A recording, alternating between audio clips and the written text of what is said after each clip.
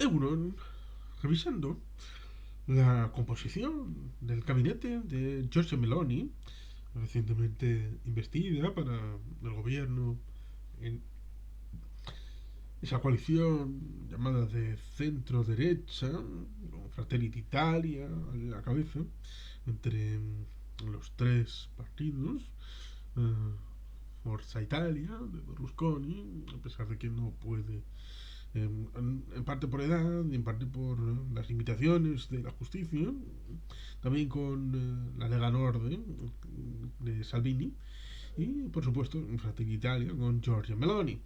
Bueno, pues quería ver un poco el ámbito de la composición. Ciertamente ahí está Antonio Tajani, que había sido alguien con una carrera dilatada en Bruselas a través del ámbito del Parlamento Europeo, del que llegó a ser presidente. Y digamos que el conceptualizador en la moderación del supuesto del ámbito del movimiento de este gobierno y la forma de garantizar un cierto europeísmo, como el gobierno anterior pues directamente estaba garantizado a través de Mario Draghi, el primer ministro.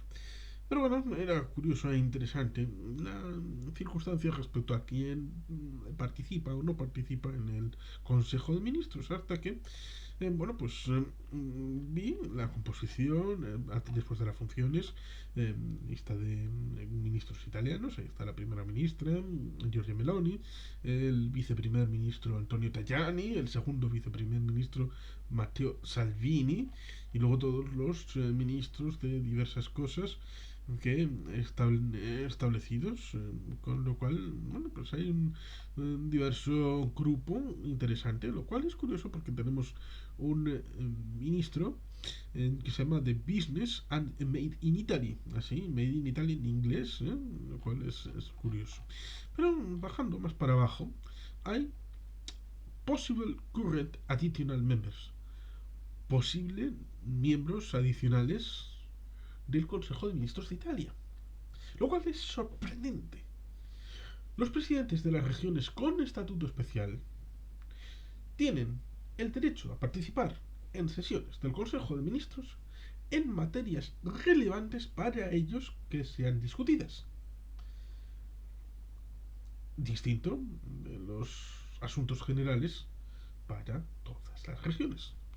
Los presidentes son Cerdeña, Friuli Venetia Giulia, Valle d'Aosta, Trentino Alto Adigio y Baja Subtirol.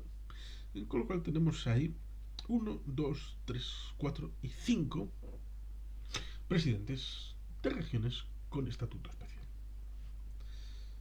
¿Por qué resulta tan interesante? Porque, digamos, sabemos que Italia es un país excepcional. Excepcional para lo bueno y excepcional para lo malo. Hasta el punto de que en la Primera y la Segunda Guerra Mundial empezaron con un aliado y terminaron con otro.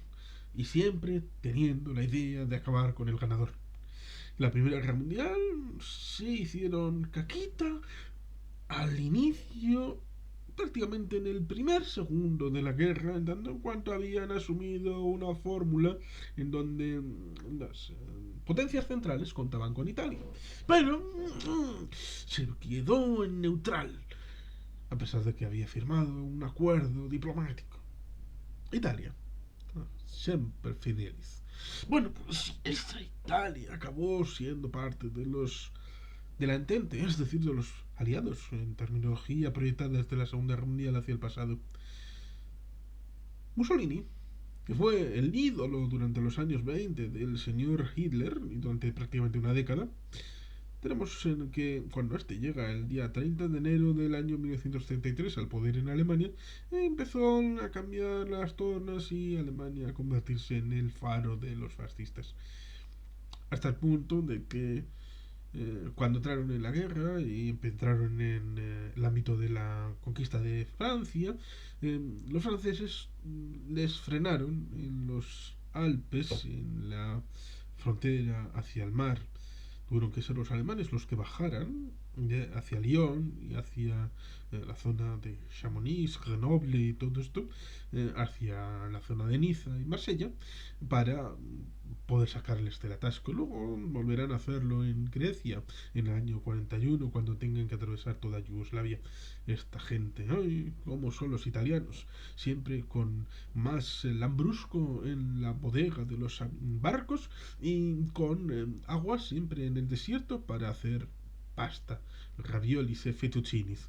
Qué gente más alegre y divertida. Pues después de haber pasado unas dificultades en el año 43, en el ámbito de septiembre dijeron, bueno, es el momento de cambiar, cambiamos de caballo y nos vamos con los aliados porque parece que pueden ganar.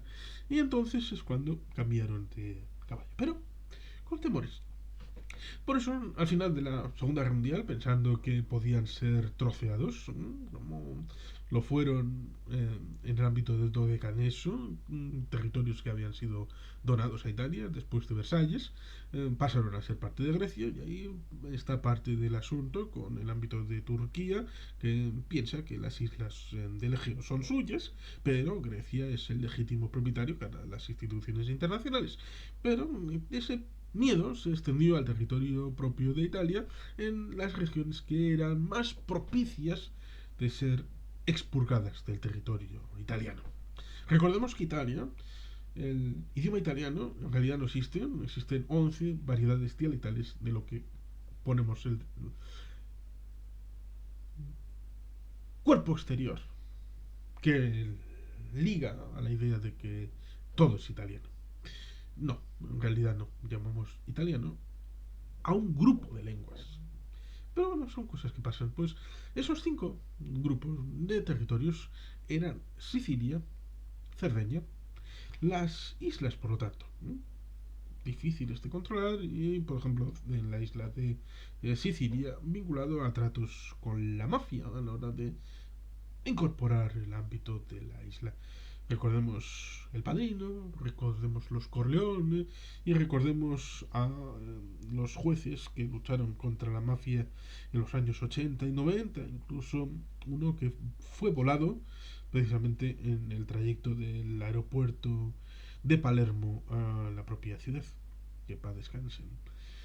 Pero dentro de la propia bota italiana había movimientos de difícil conceptualización para un jacobino, como es el Valle d'Aosta, una zona de Venecia que tuvo un simulacro de referéndum de independencia en el siglo XXI, en torno al año 2014, con ese referéndum escocés, la consulta en Cataluña, la región de Friuli, Venecia, Giulia, siempre ha recordado la tábica memoria del Dux, la zona de la República de Venecia, una memoria proyectada hacia el futuro que está vinculada a través de, por ejemplo, Sisi Emperatriz, Napoleón y una sinfín de anécdotas de la historia.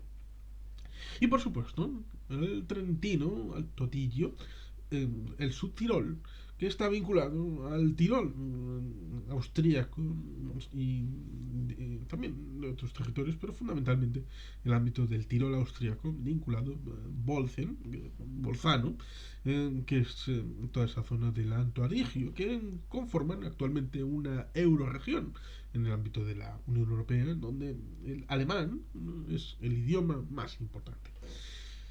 Por lo tanto, ciertamente, hay esos territorios de Sicilia, Cerdeña, el Valle de Aosta, Friuli, Venete, Giulia, Trentino, Alto Adigio, Sur Tirol, como elementos propios de la tradición del autogobierno especial, como elemento diferenciador de otras regiones en el ámbito de Italia. Por el temor, como digo, atávico a que podían, a través de eso, disgregar, porque recordemos que Italia hasta la parte final del siglo XIX había estado disgregada prácticamente de los tiempos del final del Imperio Romano de Occidente. No fue hasta las tropas de Garibaldi, a través de las dos Sicilias, en el ámbito de Nápoles-Sicilia, que precisamente es curioso porque ese territorio había estado vinculado a la corona de las Españas desde hacía cientos de años, hasta el punto de que el rookie, es decir, el inexperto rey Carlos, que hacía las veces en la zona de Nápoles, Fue ascendido después, con el ámbito del fallecimiento del rey Fernando VI, a rey de España.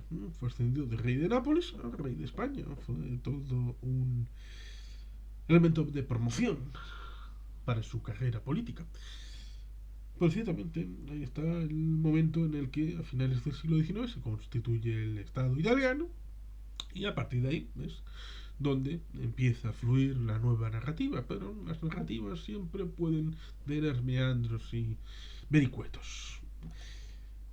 Y ahí es donde resulta interesante la política comparada. La política comparada nos diría que resulta interesante porque hay otros países en donde esto sería impensable. ¿Sería pensable que en el ámbito del Consejo de Ministros de España, de Pedro Sánchez Per Castejón, antes Mariano Rajoy Brey y todos los que ha habido antes y que pueda haber después, los miembros de las nacionalidades, como es País Vasco, Cataluña, Galicia y Andalucía, sean invitados para tratar los temas específicos para ser discutidos con ellos presentes en el Consejo de Ministros, como miembros adicionales con esa capacidad para participar? Si ni siquiera es posible que un antiguo miembro del gobierno, ya sea vasco, catalán, gallego o andaluz, sean miembros natos del Consejo de Estado, que tienes que hablar con amigos que estén en determinadas circunstancias y posiciones para enterarte de algo a través de vericuetos insondables, cuando en realidad la lógica indicaría otras más estructuradas y permanentes. Un poco como sucede con este elemento en Italia, donde en la propia página en Wikipedia viene esta posible participación de los presidentes de región con estatuto especial, que podrían ser el equivalente a lo que en el artículo 2 de la Constitución española habla de nacionalidades y regiones, que son 4 nacionalidades y 13 regiones en el ámbito del Estado español. Siempre se puede poner dentro de esto aquellos que tengan un ámbito de competencia fiscal propio, como pueda ser Canarias, por ejemplo, a través del régimen económico y fiscal. Vale 5. También como Italia, 5 territorios con estatuto especial. Pero ciertamente eso está ligado a la voluntad política y a la percepción y a la forma de cómo ligas el presente, el pasado y el futuro a la hora de generar compromisos en donde uno no se entere por sorpresa o porque un amigo se ha enterado y le dice es decir, una forma de confianza. Se suele decir habitualmente eso de que la confianza debe partir desde la lealtad constitucional al ámbito federal, pero no se suele poner el foco en que el ámbito de esas nacionalidades son plenamente federales en la lealtad, pero desde el ámbito de la federación, ya sea desde el ámbito del Consejo de Ministros, desde el ámbito del Consejo de Estado, el Tribunal Constitucional, el Tribunal Supremo, el Consejo General del Poder Judicial, no son tan leales con respecto a esas unidades federales. Por hablar en términos federales, que no es exactamente el marco español y tampoco el marco italiano, porque las regiones y las comunidades autónomas son un elemento sui generis creado por las circunstancias y las necesidades de cada época. Que eso es lo que pasa en Italia cuando surge el problema territorial después de la Segunda Guerra Mundial con la propia Constitución, y también equivalente es lo que sucede en España después de la salida del franquismo en el año 75 con la Constitución de 3 años después, curiosamente fijada la percepción respecto a 3 constituciones de después de posguerra, como son la italiana, la francesa y la alemana, lo cual siempre revierte el valor de haber comprado experiencias comparadas de otro país sin tener el legado ni el marco constructivo que desembocaron en ese marco constitucional. Por eso se puede uno sorprender Que el tratamiento, por ejemplo, a determinadas regiones sea especial, como estas cinco señaladas, en el ámbito de Italia, y en España haya una fórmula en la que debes buscarte la vida, debes tener amigos, debes tener contactos, debes tener fórmulas en las que te acabes enterando de por dónde van los rumores en la villa y corte, y a partir de ahí encontrar vericuetos para justificar que has tenido conocimiento de eso, como si estuviéramos hablando de los mensajes desencriptados de la máquina Enigma. Con lo cual, ciertamente es algo terrible.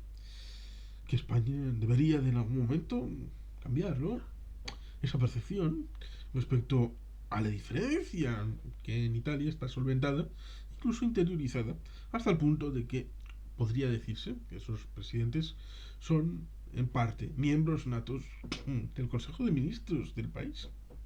Una sorpresa que me llevé cuando revisé esto. Pero en fin, la vida te da sorpresas, ¿verdad? Eh, Al final y al cabo, ¿para qué está la política comparada? Sino para evaluar lo que otros países tienen para ponerlo en el espejo de tu propio estado. En fin, sin más. Es que casco, a Betty Helpen.